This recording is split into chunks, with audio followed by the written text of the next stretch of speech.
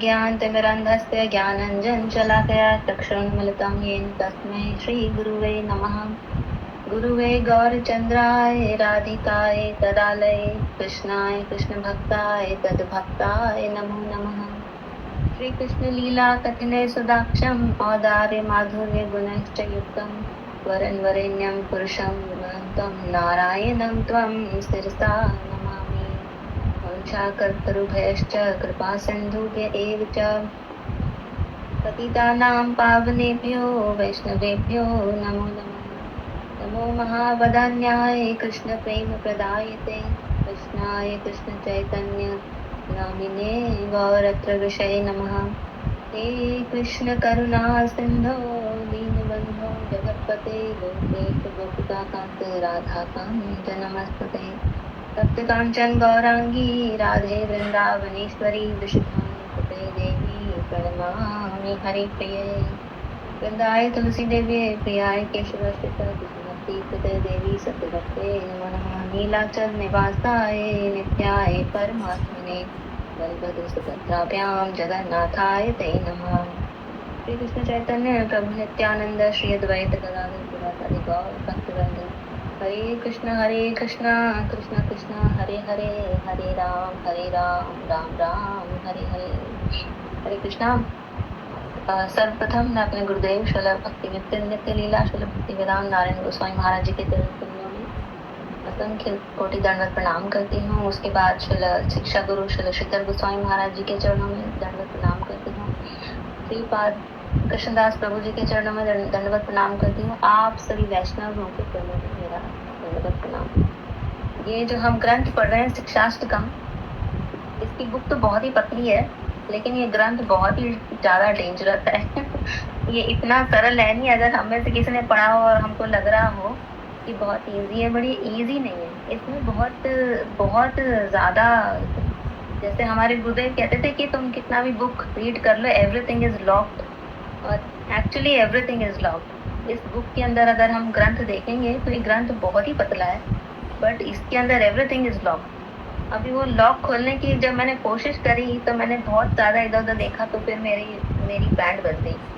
सोचा कि तो बहुत ही रियलाइज हुआ कि बहुत मुश्किल है। तो पहले के स्टार्टिंग के हमने 5 श्लोक कर लिए थे। इसमें साधक के लिए शिक्षा के स्वरूप में ये ग्रंथ है। अष्टक क्योंकि 8 श्लोक है इसके अंदर, और ये 8 श्लोक बहुत फास्ट मतलब एक ही श्लोक के अंदर भक्ति की कई स्टेजेस मेंशन करे हुए हैं, जो कि बहुत मुश्किल है हम लोगों के लिए पहुंचना। पहले श्लोक में हमें प्रथम श्लोक हुआ कि सर्वश्रेष्ठ साधन क्या है, सर्वश्रेष्ठ हमारा भगवान का साधन क्या है। ये तो दर्पण मार्जनम भव महादावाग्नि निर्वापणम श्रेया कैरव चंद्रिका वितरणम विद्यावरुधि अनंतांबुधि वर्धनम प्रतिपदम पूर्णामृत आस्वादनम सर्वात्मस्नपनम परम विजयते श्री कृष्ण संकीर्तनम। साधन क्या है? श्री कृष्ण संकीर्तनम। सेकंड श्लोक क्या है? नाम साधन सुलभ क्यों है? क्योंकि कोई भी नाम हम भगवान का, एनी नेम, हमें पसंद आए, भगवान इज लिबरल, जो नाम पसंद आए हम उसको ले सकते हैं कहीं भी किसी भी अवस्था में, कोई इसका विचार नहीं है। तो आप किसी भी तरह से हम उस नाम को ले सकते हैं, पढ़ सकते हैं। नामकारी बहुधा श्लोक नाम साधन की पद्धति क्या है, कैसे हमें करना है नाम साधन। 4th श्लोक हमारा था कि साधक की अभिलाषा कैसी होनी चाहिए, अहेतु की अभिलाषा होनी चाहिए, जिसका कोई हेतु ना हो। 5वां श्लोक था साधक का स्वरूप क्या है। तो साधक का स्वरूप जो हमने लास्ट में, जो साधक एकदम आसक्ति की अवस्था में आकर अई नंद तनुज करके कृष्ण को बोला था कि हे कृष्ण से जो प्रे कर रहे थे 5th श्लोक में, साधक का स्वरूप क्या है। आज जो हम 6th श्लोक करेंगे, 6th श्लोक, ये इसमें जो साधक जब भाव अवस्था से आसक्ति की अवस्था में जब पहुंच जाता है तो उसके बाहरी लक्षण क्या है।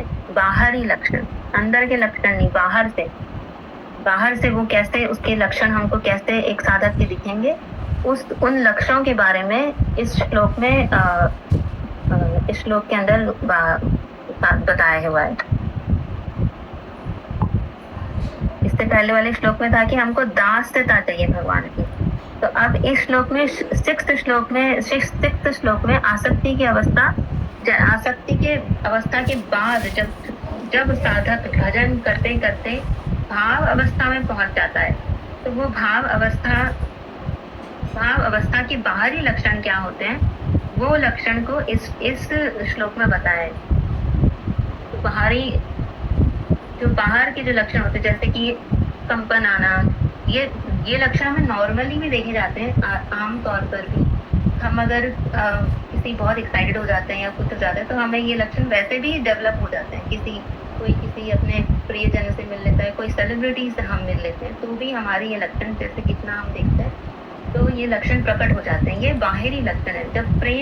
जब भाव जो है वो प्रेम की पहली अवस्था है, जब प्रेम की पहली अवस्था भाव प्रकाशित होने लगता है, तब ये लक्षण हमारे शरीर में हमको बाहर से हमें प्रकाशित होने लगता है।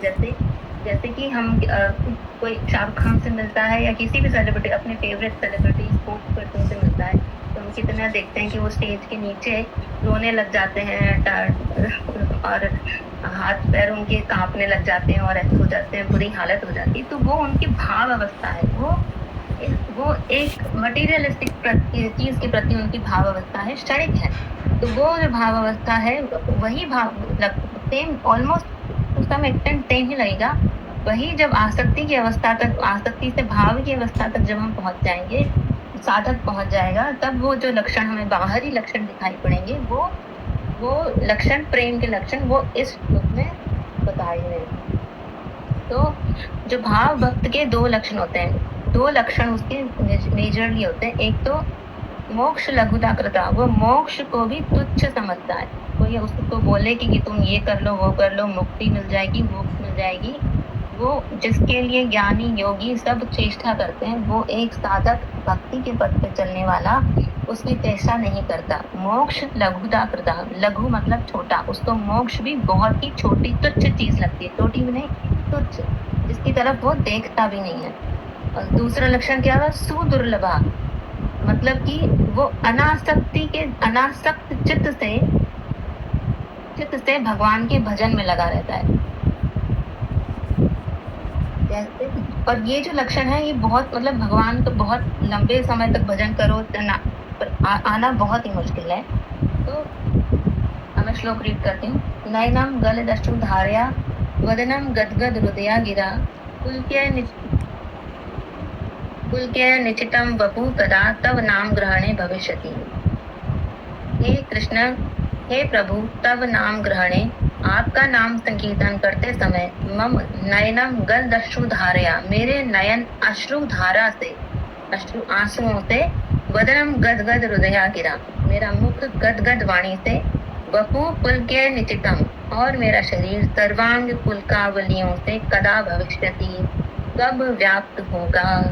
हे प्रभु, आपके नाम ग्रहण करते समय मेरे नयन अश्रुधारा से, मेरा मुख गदगद वाणी से, और मेरा शरीर पुलकावलियों से कब व्याप्त होगा। कब ऐसा दिन आएगा कि जब मैं एक बार कृष्ण बोलूं, जब एक साधक एक बार कृष्ण बोले तो उसकी आंसुओं की लड़ी बह जाए, उसके रोम रोम एकदम ऐसे हो जाए, और मतलब उसका ऐसा हाल हो जाए कि सिर्फ एक बार नाम, कृष्ण नाम बोलने से, तब नाम ग्रहण, एक ही बार आपका नाम ग्रहण करने पर ऐसा कब ऐसा दिन कब आएगा। तो इसमें जो जो सात्विक विकार 8 प्रकार के बताए गए हैं। स्तंभ, वेद, रोमांच, त्वर भेद जो हमसे बोला नहीं जाता, कंपन होता है, वैभव में अश्रु प्रलय, मतलब ऐसा लगता है बस अब तो गए ही। तो ऐसे जब ऐसा दिन कब आएगा, जब ये जो लक्षण है ये कब उत्पन्न होंगे। तो भाव जो है हमारा सात्विक भाव, जब प्रेम भक्ति के स्टेजेस होते हैं, उसमें भी इसके पहले श्लोक में हमने बोला था कि आसक्ति की स्टेज का श्लोक है। ये वाला जो हम ये इसमें हम लोग ये स्थिति आएगी जब भाव की स्थिति में आएगी। भाव के नेक्स्ट आता है प्रेम। तो प्रेम जो है, प्रेम रूपी सूर्य की पहली किरण है भाव। भाव के बाद प्रेम प्रकाशित होगा। प्रेम एकदम मतलब आपको जब भाव काफी परिपक्व हो जाएगा तब प्रेम प्रकाशित होगा। और सात्विक भाव और ये जो प्रेम और ये इसके लक्षण क्या है इस भाव के, इसमें भाव में भी कई स्टेजेस आती हैं। धूमायित, ज्वलित, दीप्त, उद्दीप्त, सुदीप्त। जिनमें सुदीप्त होता है जिसके अंदर और सारे 8 अष्ट सात्विक भाव जो विकार जो है सामने नजर आ जाते हैं। और ये अष्ट सात्विक विकार एक साधक बहुत ही मुश्किल है, जो बहुत ही पहुंचे हुए साधक होते हैं, गुरुदेव महाराज जैसे, या फिर श्री राधा रानी या गोपियां, फिर श्री चैतन्य महाप्रभु या श्री रूप सनातन, इन सब महापुरुषों में देखना हम लोगों के लिए बस ये सुनने के लिए लायक चीज है, सुनने के लिए कि ऐसा होता है, ऐसा हो सकता है। अगर हम भजन करेंगे कृष्ण कृपा, गुरु कृपा से, कृष्ण कृपा से ऐसा हो सकता है। ये सब एक हमारे लिए लक्ष्य है जो इस जन्म में या कंटिन्यूअसली भक्ति करते करते, जैसे गीता में बोला है कि जहाँ से छोड़ा है वहीं से शुरू करेंगे। तो करते करते समडे जब वहां पहुंच जाएंगे, तब जब अवस्था आएगी उसके लिए बस एक श्रवण मात्र के लिए हमारे लिए है। अभी हम क्योंकि वहां पर नहीं पहुंच सकते। अगर आप में से कोई हो तो पता नहीं, मैं तो पढ़ने के बाद मैं तो नहीं हूँ। तो इसमें सात्विक भाव में, धूमायित में जिसमें एक तो लक्षण प्रकट होते हैं, ज्वलित में जिसमें 2-3 भाव के लक्षण आपके सामने दिखते हैं, दीप्त में 4-5, उदित में 6-7 और सुदीप्त में सारे 8 के 8 लक्षण हमको भाव की अवस्था के सामने सारे नजर आते हैं।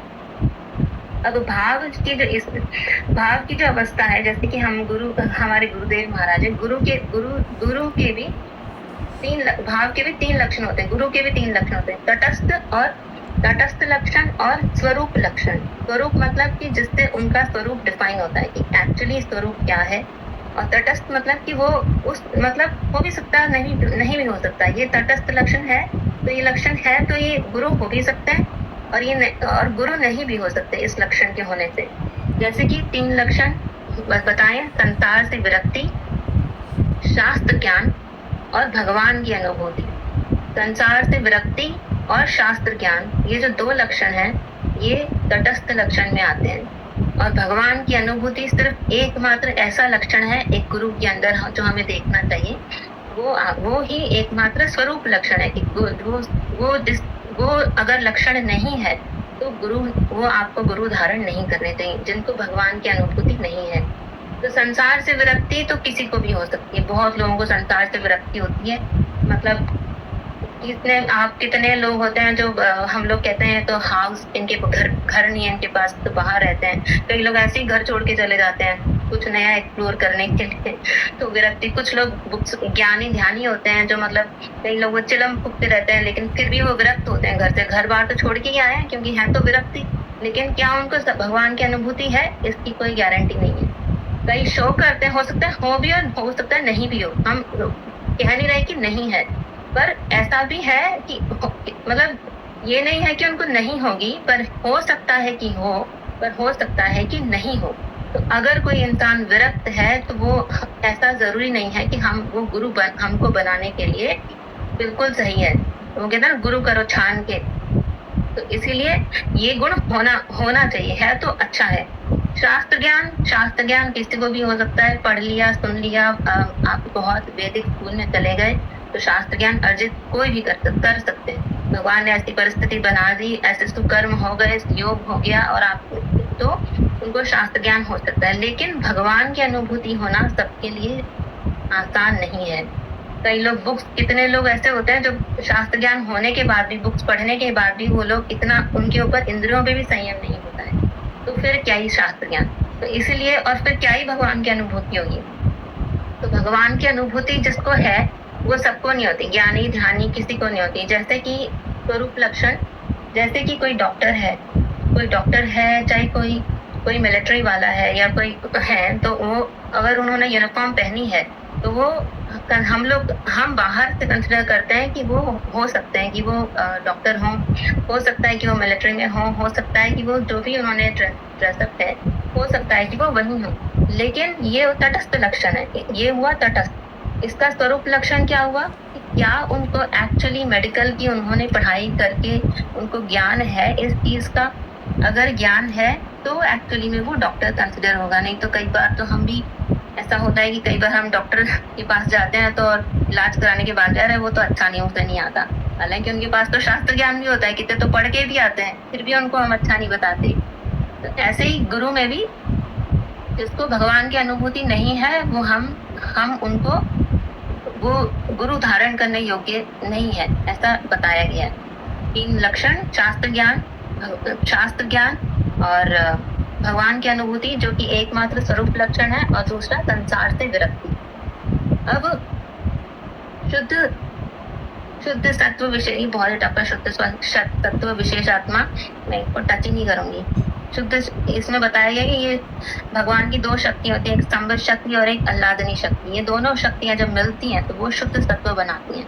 और कृष्ण के जो परिकर होते हैं उनके हृदय में जो भाव होता है वही शुद्ध सत्व होता है, और वही उसी को ही शुद्ध सत्व विशेष आत्मा कहते हैं, जो कृष्ण के परिकरों के अंदर जो भाव होता है, जो उनके भक्तों के अंदर जो भाव होता है। और प्रेम रूपी सूर्य की पहली किरण है भाव, ये तो मैंने बताया ही। जैसे कि इसमें फॉर एग्जाम्पल जैसे राजा अकबर जब अकबर का एम्पायर था इंडिया में, तो अकबर वृंदावन में एक बार गए। वृंदावन में इसका फोटो भी लगा है, जो वृंदावन में गए हैं जहाँ पर ये लीला हुई है वहाँ पर प्रॉपर इसका डिस्क्रिप्शन भी है। तो अकबर जब वृंदावन में गया तो सनातन गोस्वामी जी थे, 7 गोस्वामियों में सनातन गोस्वामी जी हैं। सनातन गोस्वामी के पास है, बोले हम मुझसे कुछ सेवा बताओ। तो सनातन गोस्वामी बोले क्या बताऊं, क्योंकि संसार से विरक्त तो होते ही है, तटस्थ लक्षण वो तो है ही है। सनातन गोस्वामी तो खुद भगवान के परिकर है। तो उन्होंने बोला तो ठीक है, वो अकबर बहुत बोलने लगे तो उन्होंने बोला ठीक है, ये सीढ़ी सही करा दे। तो अकबर ने बोला, अकबर को ऐसा लगा अरे सम्राट आए इनके पास और ये मुझसे सीढ़ी ठीक करने के लिए कह रहे हैं। तो सनातन गोस्वामी को लगा कि अकबर को थोड़ा सा लो फील हुआ है कि उनको ये काम कैसे दिया। तो सनातन गोस्वामी ने बोला हाँ ये थोड़ा, तो अकबर गया देखने। तो अकबर जब देखने गया तो सीढ़ी के अंदर ऐसा मणि कि अकबर अपना सारा एम्पायर अगर बेच दे तो भी वो उसको रिप्लेस नहीं कर सकता। तो अकबर को वहां पर भगवान की स्फूर्ति तो हुई लेकिन अनुभूति नहीं हुई। लेकिन क्या वो भक्त बना? नहीं बना, लेकिन उसको भगवान की स्फूर्ति वैष्णव कृपा से हो गई। तो ऐसे स्फूर्ति और अनुभूति भी डिफरेंट चीजें हैं। जैसे हमको कभी कभी स्वप्न में स्फूर्ति हो जाती है, हम सो के उठते हम बोलते हैं अरे आज मैंने भगवान को देखा।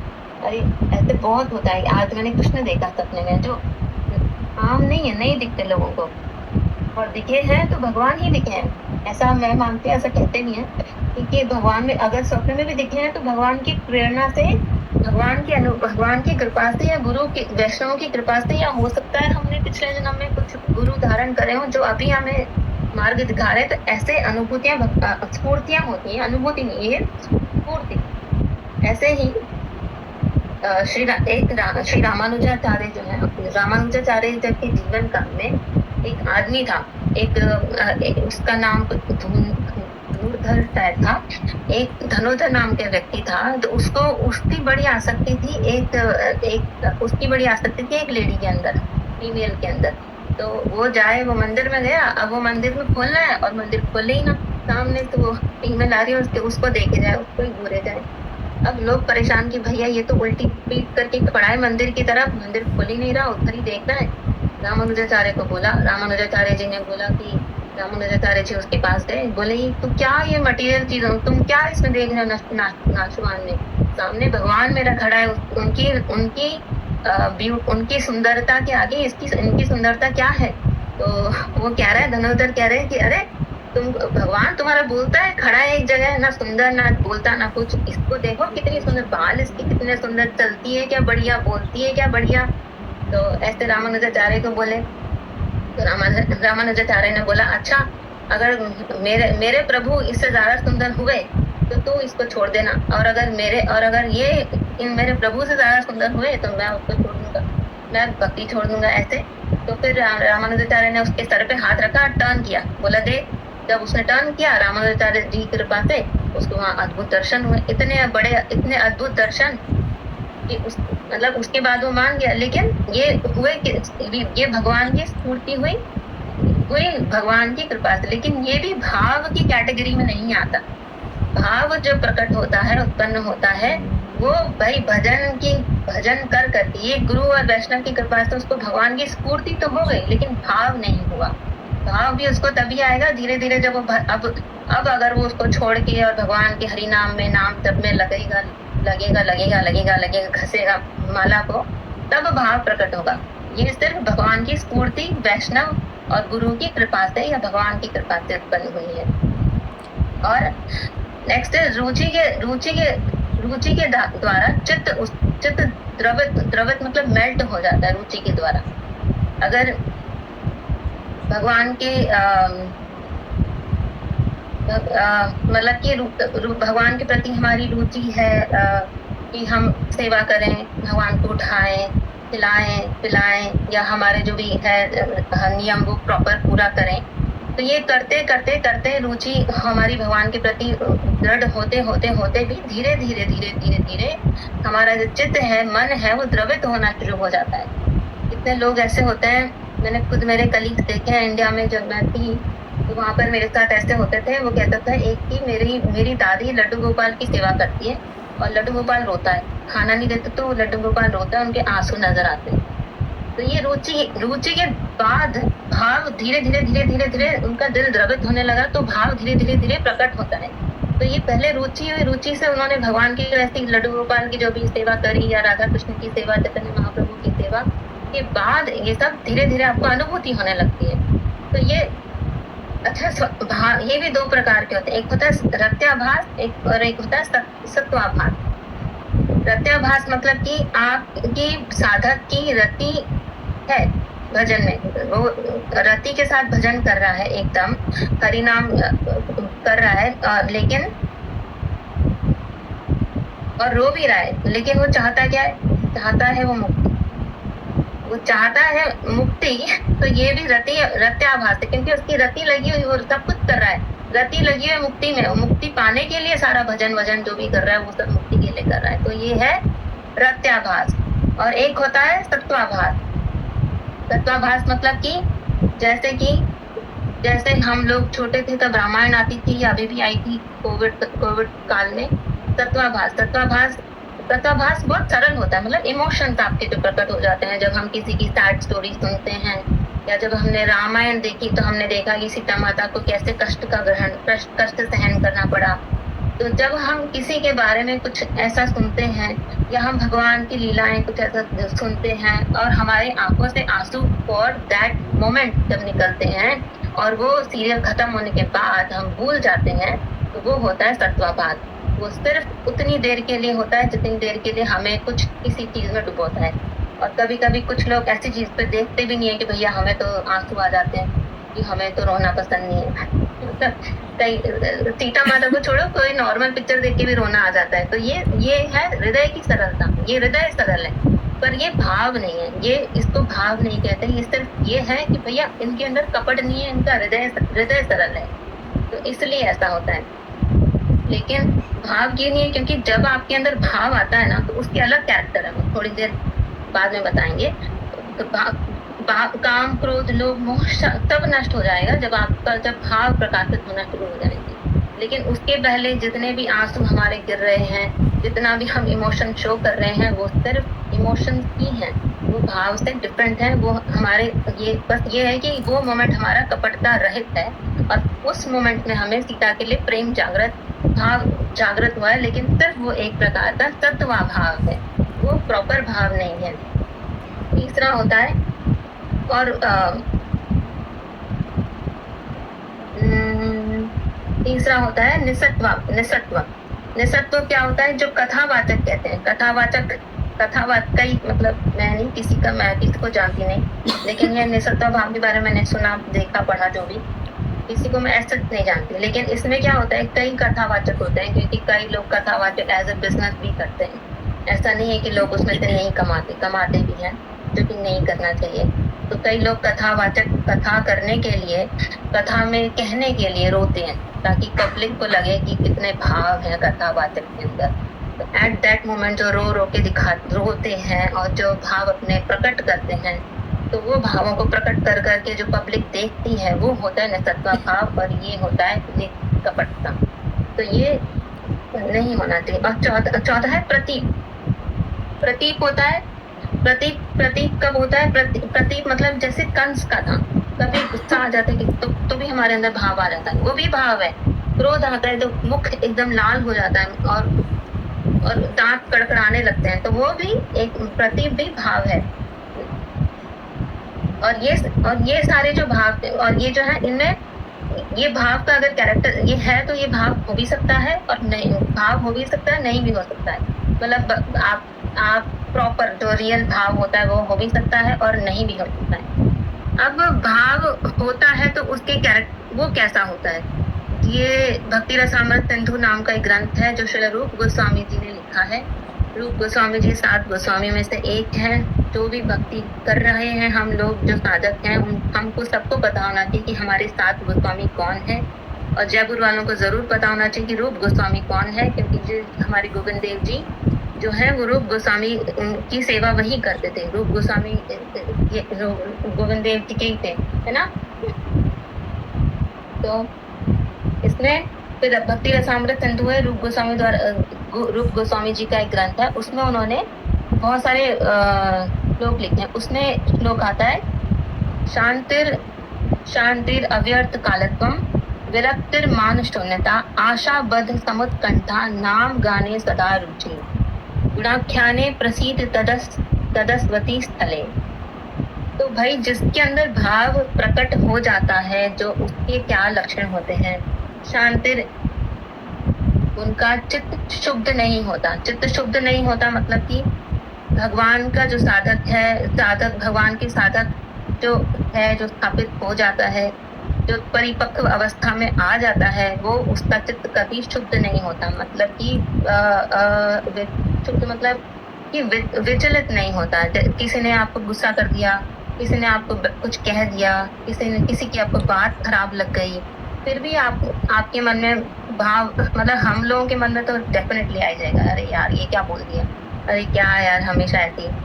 तो ये होता है चित्त का शुद्ध हो जाना। लेकिन जो भक्त साधना की अवस्था में काफी आगे हो जाता है, उसका चित्त शुद्ध नहीं होता। उसको कुछ भी ऐसी परिस्थिति आने पर भी वो संयम में रहता है। संयम तो मतलब संयम तो करने की जरूरत ही नहीं है, क्योंकि इट डजंट मैटर, उन साधक के लिए मैटर ही नहीं करता।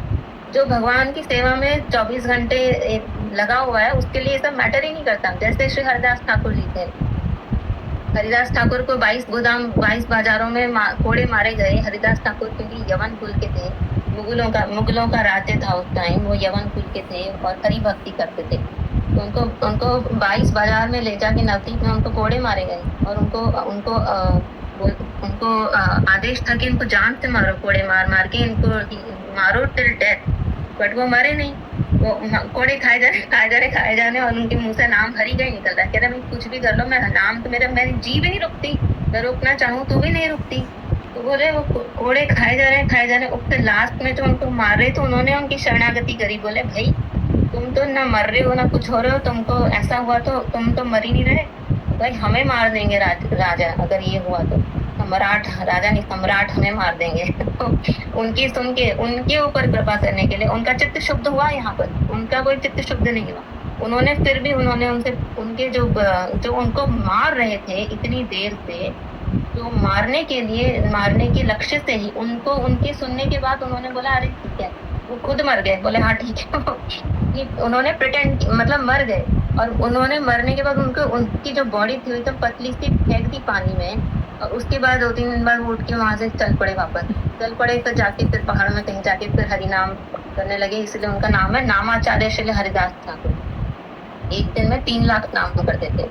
जब हम एक बार हरि नाम बोलते हैं, हरे कृष्ण कृष्ण कृष्ण हरे हरे, हरे राम राम राम हरे हरे, तो हमारे 16 नाम एक बार में ही हो जाते हैं। इसीलिए हम हरि नाम सर्वोपरि है। एक मंत्र में आप हमारे 16 नाम, क्योंकि ये सिर्फ नाम भगवान के नाम ही है मंत्र में, कोई इसमें कहानी नहीं है कि ऐसा की वैसा की क्या। हरे मतलब राधा, कृष्ण मतलब कृष्ण, राम मतलब राधा रमन वाले कृष्ण, और हरे मतलब राधा। तो ये सिर्फ नाम ही है, ये नाम ही है, ये कोई श्लोक नहीं है, ये कुछ वो नहीं है, ये महामंत्र है नाम का। तो एक बार महामंत्र करने में 16 बार भगवान का नाम आता है और भगवान की युगल का नाम आता है। तो हम हमेशा युगल में ही नाम लेना चाहिए। जैसे हमको भी जो मैरिड है वो चाहेंगे कि पति को पत्नी के साथ ही बुलाया जाए, इसलिए।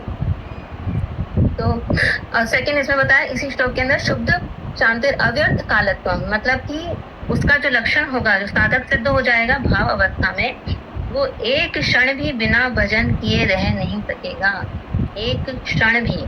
जैसे ही श्री हरदास ठाकुर जी ही थे, हरदास ठाकुर जी एक क्षण भी बिना भजन करे नहीं रहते थे। जो उनको जो नाम साधक सिद्ध हो जाते, वो सोने के टाइम में भी उनका ऐसा, कईयों का तो सोने में भी नाम चलता ही रहता है। ये हम लोग में से कोई भी ऐसा नहीं हो सकता कि हम एक क्षण भी बिना भगवान का नाम किए रह सके। हम तो पूरा दिन क्या महीना ही रह लेंगे। हॉलीडेज पे चले जाए तब तो माला तो पता ही नहीं कहाँ चली जाएगी। तो एक क्षण तो छोड़ो, हमारी तो नाम संख्या भी नहीं होती, 16 भी नहीं होते। अरे 16 माला तो छोड़ो, 16 अक्षरी हरि नाम एक भी नहीं होता, एक मंत्र भी नहीं बोलते हम तो। ऐसे भी हैं महान, मतलब छुट्टी पे जब हम चल जाए, कभी आज तो बहुत बिजी था, एक भी बार नाम नहीं दे पाए। बट ये ग्लानी हो ना, वो भी चलो ठीक है, ग्लानी तो हो रही है कम से कम, साधक तो नहीं बने।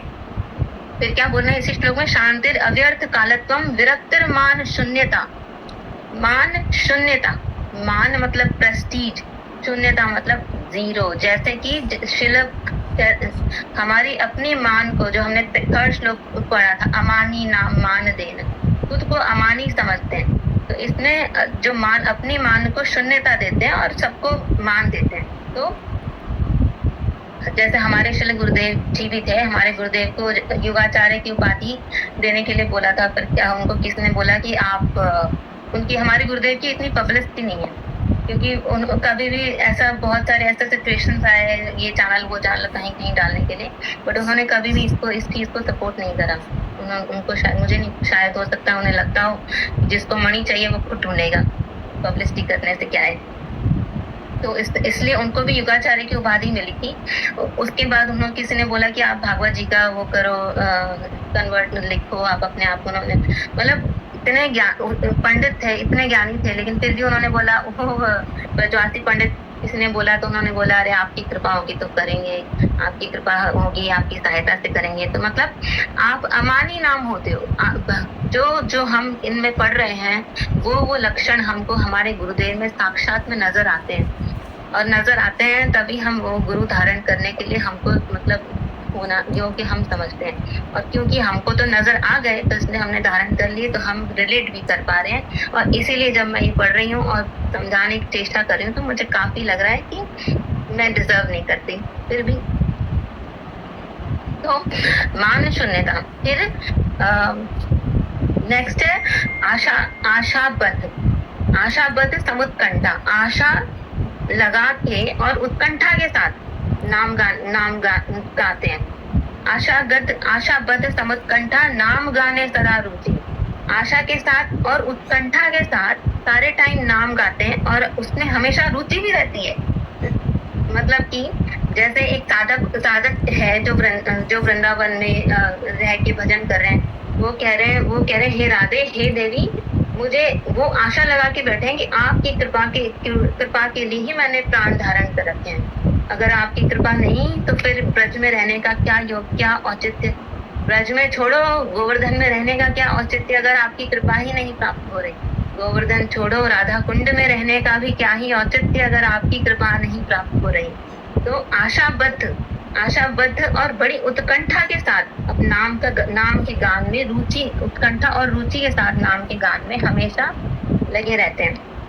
और उत्कंठा कैसी, एकदम भगवान की प्राप्ति की तीव्र उत्कंठा, कि भाई प्राप्त करने ही है।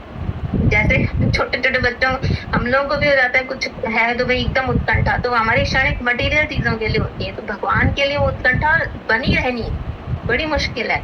तो वो पर उसी साधक में होती है जो साधक उस अवस्था तक पहुंच चुके होते हैं। इसमें भागवत जी में इसमें 3 एग्जाम्पल्स दिए गए हैं। व्रतासुर ने 3 एग्जाम्पल्स दिए। जैसे कैसी उत्कंठा होती है, जैसे कि एक पक्षी जब अपनी माँ का इंतजार करता है, माँ जब पक्षी अपनी मम्मी पक्षी का वेट करता है कि वो खाना लेके आएगी, और जब वो खाना लेके आती है और एकदम चू चू चू चू चू चू करके उसको खाने देता है और जो लिपट जाता है, वो उत्कंठा जो हो, वैसी उत्कंठा साधक के अंदर होनी चाहिए। दूसरा, जैसे कि एक नवजात बछड़ा जब पैदा होता है और पैदा होते ही अपनी माँ से एकदम चिपक जाता है, वो उत्कंठा एक साधक के अंदर होनी चाहिए। तीसरी उत्कंठा, चलो ये तो पक्षी और जानवर थे, तीसरी उत्कंठा जैसे कि एक प्रेमी के अंदर, एक जैसे कि एक प्रेमी के अंदर उत्कंठा होती है अपने प्रिय से मिलने की, कि भाई वो बाहर गया है, कब आएंगे, ऐसे सोच के जो उत्कंठा होती है, वैसी उत्कंठा जब हमें सारे टाइम जब हम उन्हीं के बारे में सोचेंगे, सारे टाइम जब हम भगवान के बारे में सोचेंगे, वैसे ही उत्कंठा जब एक साधक के अंदर होती है तो वो ही नाम कर पाता है। मतलब ऐसी उत्कंठा एक साधक के अंदर होनी होती है। और नाम गाने सदा रुचि, और सब समय हरि के नाम में, भगवान के नाम में, भगवान की कथा में, कीर्तन में लगा रहता है, और भक्ति के डिफरेंट अंगों का पालन करने में लगा रहता है।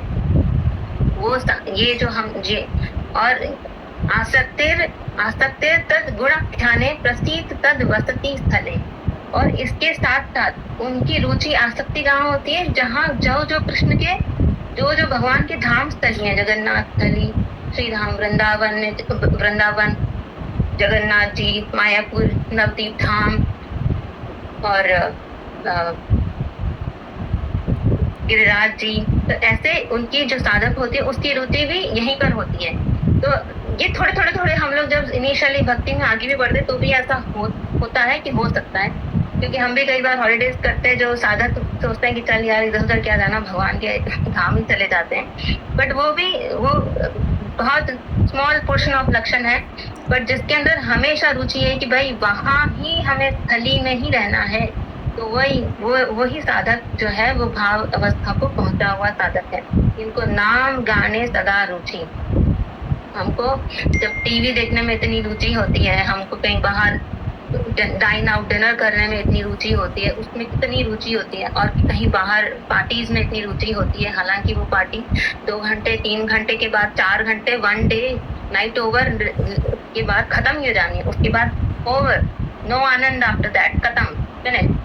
लेकिन नाम गाने सदा रुचि, जिसको नाम के अंदर सदा रुचि है, वो आनंदाम्बुधि वर्धनम, बस जो था ना, जो आनंद बढ़ता ही रहता है, प्रतिपदम आनंदाम्बुधि वर्धनम, आनंद रूपी महासागर प्रतिपदम बढ़ता ही रहता है, वैसा आनंद जब उनको भगवान के नाम में अनुभूति होने लगती है साधक को, तो वो भाव की अवस्था को पहुंचे हुए होते हैं। और ये अवस्था सिर्फ हमारे लिए चर्चा करने योग्य ही है, बोलने योग्य ही है, होती है गुरु महाराज जी में ही होती है, हमें तो किसी जन्म में होगी तो होगी।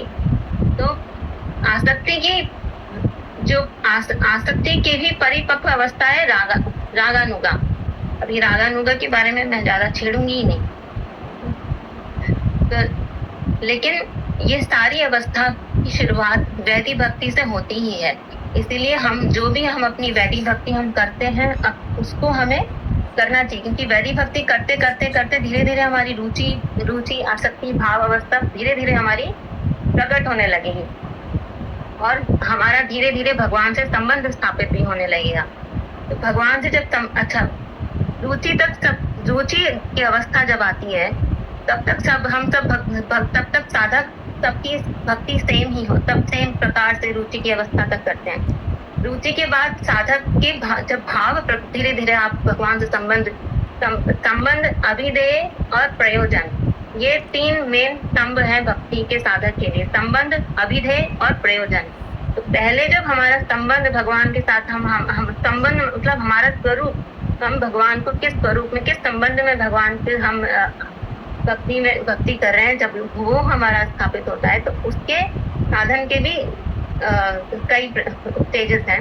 पहला होता है भाव अनुकूल, जैसे कि हमने पता कि हम गौड़ी हमें भगवान कैसे संबंध करना है, और जो भी जिस प्रकार से भी हम भक्ति कर रहे हैं, तो हम उस भक्ति के अनुकूल हम वैष्णव तिलक धारण करेंगे, तुलसी की कंठी माला पहनेंगे, अपना वेशभूषा जो भी होगा हम उस हिसाब से रखेंगे, अपना खान पान शुद्ध रखेंगे, तो ये हमारे भाव के अनुकूल हमारा व्यवहार है, ये सिर्फ अनुकूल है। दूसरा फिर हमारा भाव हुआ भावमय। भावमय मतलब भावमय भक्ति भी जो है, इसका हम जब परिपक्व अवस्था रुचि की आ जाएगी तब हम, जैसे कि हमने सख्य भाव, 5 प्रकार के भाव रस होते हैं, शांत, दास्य, वात्सल्य, सख्य और माधुर्य। जब इनका अनुभव हमें हो जाएगा कि हम बुद्धि से नहीं कर सकते ये सब चीजें, इसलिए सुनने योग्य ही हैं। जब हम इन 5 में से किस भाव में हमारी भक्ति हो रही है, जब हम उन भाव में हम प्रविष्ट हो जाएंगे, परिपक्व हो जाएगी हमारी रुचि, तब हम उस भाव से जब भगवान की सेवा या भक्ति करेंगे, वो होती भावमय। भाव संबंधी भक्ति भाव संबंधी क्या हुई कि हमारा भाव है भगवान को सखा मानने का, हमारा भाव है भगवान को, माधुर्य भाव है हमारा भगवान के प्रति, या वात्सल्य भाव है, या दास्य, या फिर शांत। तो उस भाव के प्रति जो हमें उस भाव को और परिपक्व करने के लिए जो संबंधित लक्षण है हम वो करेंगे। जैसे हम उसके लिए अनुसार गुरु धारण करेंगे, उसके अनुसार गुरु मंत्र करेंगे, गोपाल मंत्र करेंगे, जो अन्य गायत्री मंत्र जो भी गुरुदेव देते हैं वो सब हम करेंगे, तो वो है भाव संबंधी। फिर है भाव अविरुद्ध। भाव अविरुद्ध मतलब कि ये जो है ये वो है जो भाव को विरुद्ध नहीं है, अविरुद्ध है, मतलब बिल्कुल नॉट ऑपोजिट, पर आप कर भी लो तो तटस्थ, जैसे करो तो कोई चक्कर नहीं है, करो। जैसे कि गौ सेवा कर लेना, हाँ ठीक है, कर रहे हो तो ठीक है, लेकिन ये आपको भाव आपका प्रकाशित कर देगी या भगवान के साथ संबंध स्थापित कर देगी, ऐसी कोई गारंटी नहीं है और शायद है ही नहीं। ये एक सत्कर्म है मात्र, व्रत करना, ब्राह्मण को भोज कराना, या और अन्य जो दान पुण्य करना, ये सब भाव अविरुद्ध है। ये आपके भाव को नष्ट तो नहीं कर रहे, लेकिन ये आपके भाव को प्रगाढ़ भी नहीं कर रहे, स्ट्रॉन्ग भी नहीं कर रहे, और ना ही ये आपको कोई अलग पोजीशन पे ले जा रहे, लेकिन आप जहाँ हम खड़े हैं भक्ति में वहीं बस खड़े हैं। ये कुछ गुड सत्कर्म हमारे पैदा कर रहे हैं, बस वो होता है भाव अविरुद्ध। 5वां होता है भाव विरुद्ध, जो भाव के बिल्कुल ही विरुद्ध आप हम भजन करते हैं वो। कई बार जैसे कि चैतन्य महाप्रभु जी के में हनुमान जी आए थे, याद नहीं आ रहा क्या नाम था उनका, लीला में हनुमान जी भी लीला में आए, चैतन्य महाप्रभु जी की लीला में भी थे हनुमान जी, कुछ मुरारी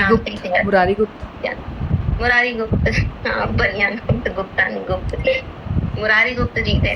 तो मुरारी गुप्त को जब उन्होंने बोला, चैतन्य महाप्रभु जी ने नाम दिया, तो मुरारी गुप्त ने बोला मैं नहीं कर सकता हूँ। उन्होंने ट्राई किया, तो पर ये उनके भाव के विरुद्ध हो गया, क्योंकि उनका भाव था भगवान के प्रति दास्य भाव था। वो हनुमान जी हैं और भगवान को सीताराम भाव में ही पूछते हैं।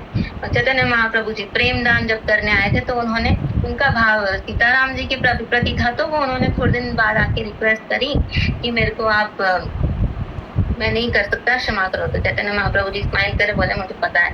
उन्होंने बोला तुम जो भाव में सीताराम जी की जैसे पूजा करते हो वही करो। तो ये हो गया भाव विरुद्ध, ये कुछ भी नहीं कर पा रहा हमारे लिए। ऐसा भजन जो हमें कहीं ले ही नहीं जा रहा, हम कहीं भटक रहे हैं, हमें जाना कहीं और है, वो होता है भाव विरुद्ध। तो इन सब चीजों में ये सब बहुत ही कॉम्प्लिकेटेड है। मैंने टाइम बहुत ज्यादा ले लिया और मुझे पता नहीं क्या समझ आया क्या नहीं आया, लेकिन अल्टीमेटली है कि हरि का नाम लेना है, माला घसनी है, तिलक धारण करना है और वैदिक भक्ति करनी है, भगवान की पूजा अर्चना बेसिक जितना हमें पता है वो करना है, सत्कर्म भी करना है कर सकें तो। और जब ये होता जाएगा, ऐसा भगवान से प्रे करना है कि ऐसे गुरु हमें मिले, ऐसा हमें भगवान से संबंध, ऐसा हमें भी कोई संबंध भगवान से स्थापित करने की चेष्टा तो करनी चाहिए कि हमें भगवान को किसी स्वरूप में तो मानना चाहिए। अगर हमारे घर में ठाकुर जी बैठे हैं तो उनको किसी स्वरूप में हमको हमारे साथ, क्योंकि जैसे कि पिछले श्लोक में मैंने श्रीमद् भागवत जी का एक श्लोक कोट किया था, जिसमें उन्होंने बोला, यह शायद गीता जी का श्लोक है, कि भगवान को हम जब तक परमात्मा रूप में मानेंगे तो वो हमारी परमात्मा रूप में ही सुनेंगे, लेकिन जैसे ही हम उनको अपने साथ किसी रिलेशन में मानेंगे तो हमारी खुशी में खुशी और हमारी दुखी में दुखी ऐसे ही हो जाएंगे। तो हमें दोस्त भी हम जब कामना करते हैं तो ऐसा ही करते हैं कि ऐसा दोस्त जो बिल्कुल पक्का हो, तो हमें भगवान के साथ भी ऐसा ही है, जो भी रिलेशन हो, बेटा कामना करते हैं तो ऐसा करते हैं भाई बिल्कुल बढ़िया बेटा हो, हर परिस्थिति में हम पैर टूटे जो हो हमारी सेवा करे। तो इन सब चीजों पे आस रखने की बजाय, दुनिया में किसी पे आस रखने की बजाय, सामने जो ठाकुर जी हैं उनको देखकर उनके अंदर पूर्ण विश्वास धारण करके उनके साथ ही संबंध स्थापित करना चाहिए।